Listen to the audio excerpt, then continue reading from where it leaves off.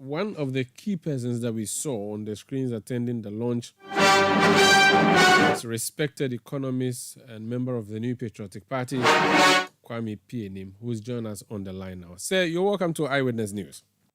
Thank you very much. We saw you on the TV, front row that is, at Kwabena Japon's launch of a campaign today. Is that to be interpreted to mean you have endorsed him and you are part of his campaign? Look, the role of political parties is to groom people for leadership, is to present ideas to win elections so that political parties can take power and implement their policies. As some of us foundation members of the party, and I hope the founding members of the party and all the elders will support all the 10 people who are offering themselves as flag bearers. I was there to encourage Kwabena J. Ejapong, just like I'm encouraging all the others to come out and sacrifice to lead the nation. It's not easy to be a flag bearer.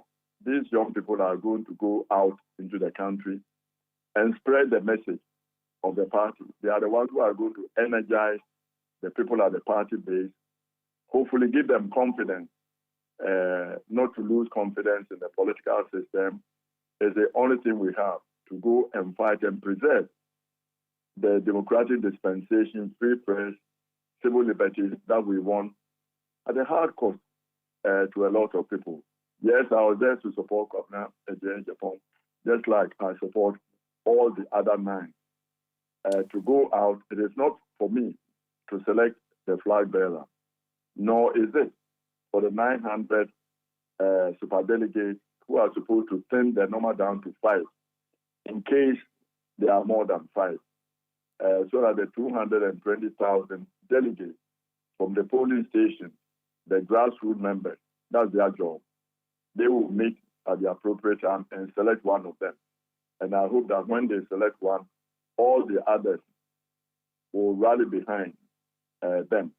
And it's good that the party elders do not take part in supporting 1 or 2, but support all of them so that the task of uniting the party to face the other party during the general election will be easier. So that's why I was there. I was there to encourage, just like I will attend the launch of all the others if they invite me. I see. All right, that's clear. But it's interesting that he talks about the economy, which is really the big issue moving into election 2024. And he says that anyone who was involved in the economic challenge we have now, or anyone who may have contributed to our economic downturn, should not be considered. I believe, as someone who understands our economy more than many in this country, you have a view on that, the state of our economy and how we can get out of it, and whether it's a political will that we need or an economic will. Look, that's not the main message of Kwabena. Answer the question after the question has been put in 3 times. Look, the system we run, the president is the chief executive, is the captain of the team. You cannot have 2 captains on the field.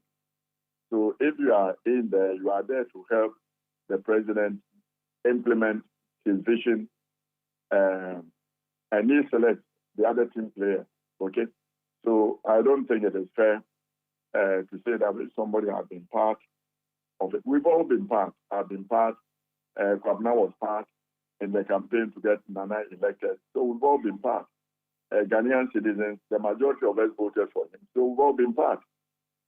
So I think that when the person comes and says, give me the baton to be the leader, a leader is very different. You know, any of them, if you pick them, they might say, look, if I was the captain, I must not have done this or that. But you don't stand in a crowded theater and shout fire.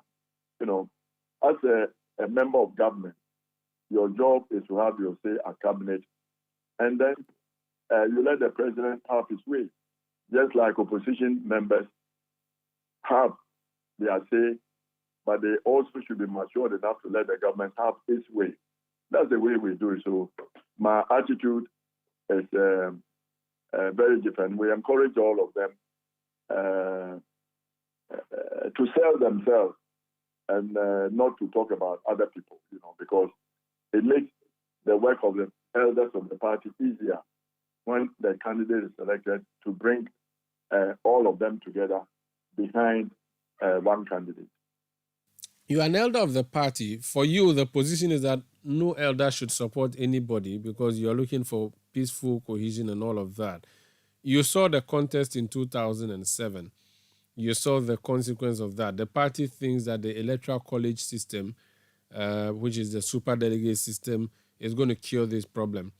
Are you really sure you can come out of this contest unscathed as a party? Sure. I mean, one thing good about the NPP is that we fight robustly to select a candidate. But once the candidate is selected, we all invariably come together to support the candidate to win power so that we can implement. Look, the president is not just for the personal aggrandizement of one person. It is to enable the party to implement its policies, its ideology. So any of the NPP candidates, as far as we are concerned, will perform better in terms of our philosophy and our outlook on life than anybody from the other side. So I'm hoping it is a few members who begin saying, this man is not part of us, this man is not part, and it's all part of looking for positions. The less people you admit to be part of you, the more your chances of getting a position. But we passed there. We've now seen that we can have the men, but if we don't deploy those who are competent, men of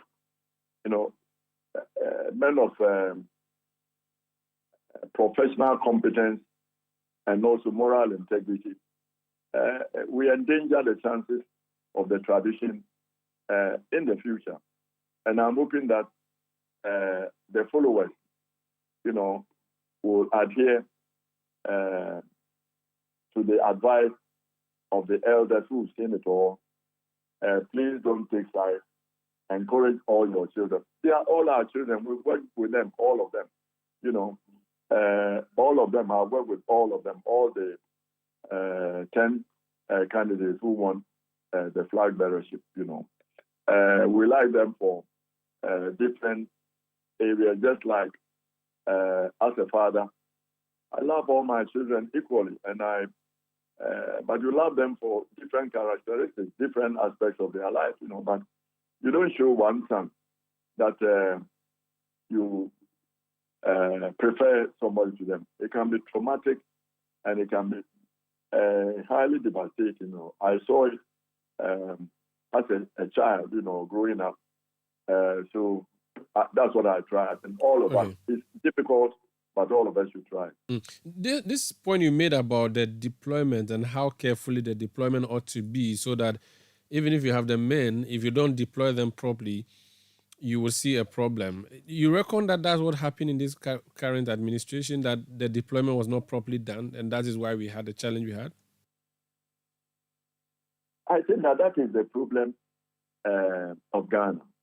The two political parties are very pleased and excited when President John Mahama said, for example, that the constitutional provision that make it difficult for Ghanaians with dual citizenship, the Ghanaians in the diaspora, not to take certain positions in Ghana, should be scrapped. It doesn't make sense. It's ridiculous. Other countries in Europe benefit from their citizens, Soros and Hungary, a lot of them. Even the present president of Prime Minister of Israel, a lot of them, they have American citizenship. If you are in America, you are a Ghanaian, and you don't have a green card, or you don't become a citizen. There are certain opportunities you don't have, But after somebody is working, they has a green card, and he has access there. I say he cannot be chief of staff. He cannot be a minister. He cannot go to parliament. What is that? The only thing that makes sense is only the president who signs agreement. So in America, they say, if you are not born in America, you cannot become president. But you can take any post. That makes it possible for us to use almost the 600,000 professionals and technicians and technocrats that we have started in the diaspora. Why are we trying to fly on one wing when we can fly on two wings? So I hope that the two major political parties will fight to remove them. What secret we have that an American trained army officer who retires home cannot be a CDS or IGP? I don't understand it. We have to give opportunities for this to come in. It's a service. When people take political power as coming to chop, then their attitude changes completely. It's service. If a president was putting only his family members in the cabinet and offices, and he viewed public service as a service, I don't mind if he's risking or getting his family to sacrifice for the nation. But when people think that we are chopping power, you don't chop power. Power is an invitation to serve the people, to be servants. As the Nigerians used to say, it says, I'm a servant of the people, a servant president. That's what we need.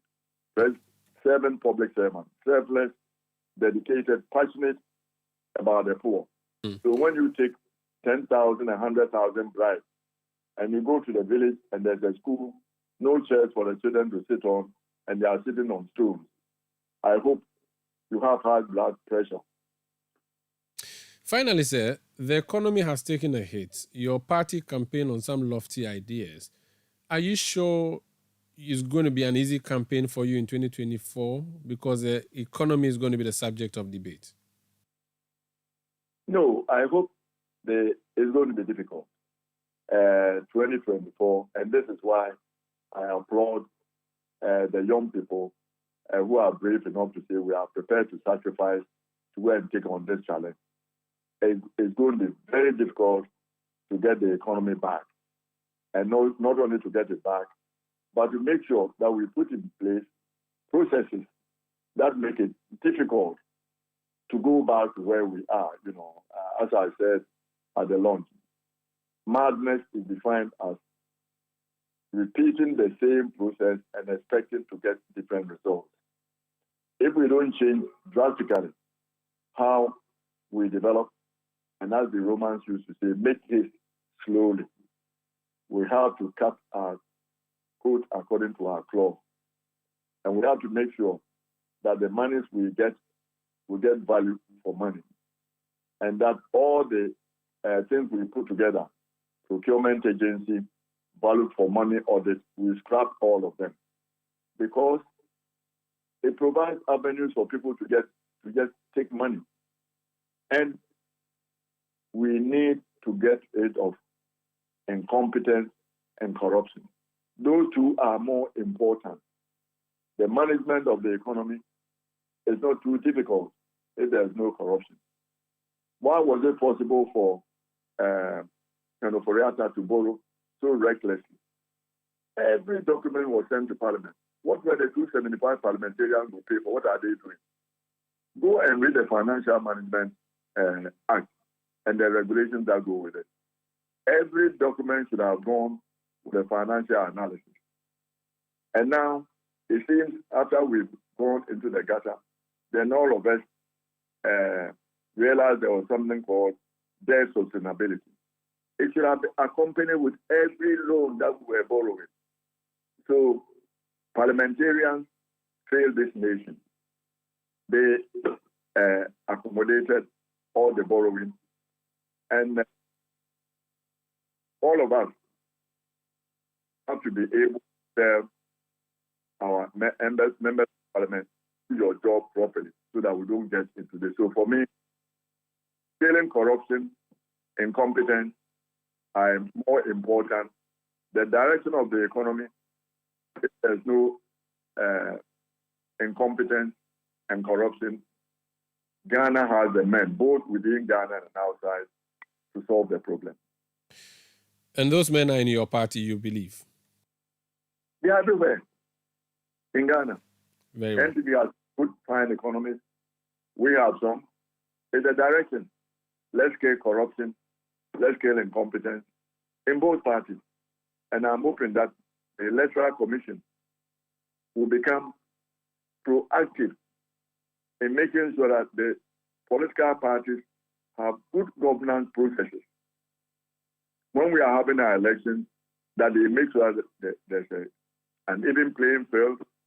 They make sure that every member in a political party has an opportunity to pick their leaders. So we should all move to one person, one vote. And the Electoral Commission can help us.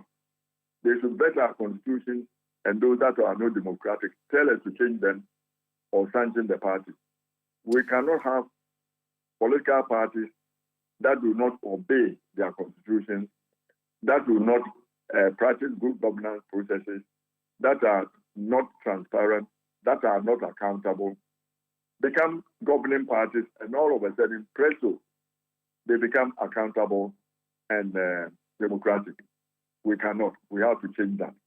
That's why Kwabene's New Dawn resonates with a lot of people. We need a new dawn for Ghana policy where we change all those things in both political parties, two major political parties. Very well. Thank you so much for speaking to us, sir.